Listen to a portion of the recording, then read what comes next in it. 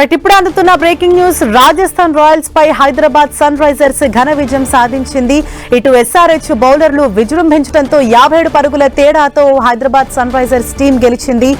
RR కీలక ముగ్గురు batsmen ను డకౌట్ చేశారు.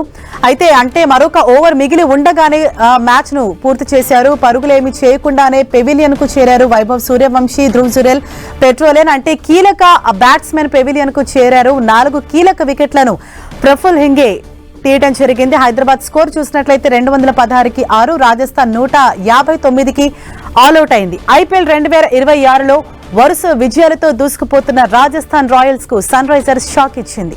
ఉప్పల్ వేదికగా జరిగిన మ్యాచ్ లో రాజస్థాన్ ను 57 పరుగుల తేడాతో మట్టి కరిపించింది.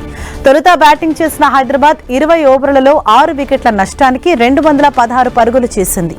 లక్ష్య ఛేదనలో రాజస్థాన్ 19 ఓవర్లలో 159 పరుగులకే ఆల్అౌట్ అయింది. మరో ఓవర్ మిగిలి ఉండగానే ఆర్ఆర్ ఆల్అౌట్ అయింది. హోమ్ గ్రౌండ్ లో హైదరాబాద్ సన్ రైజర్స్ టీం రెచ్చిపోయింది. ఒక హై వోల్టేజ్ మ్యాచ్ లో హైదరాబాద్ సన్ రైజర్స్ టీం ఘన విజయం సాధించింది. ఎస్ఆర్హెచ్ బౌలర్లు మాత్రం విజృంభించడంతో ఆర్ఆర్ బ్యాట్స్మెన్ ను పెవిలియన్ బాట పట్టించారు.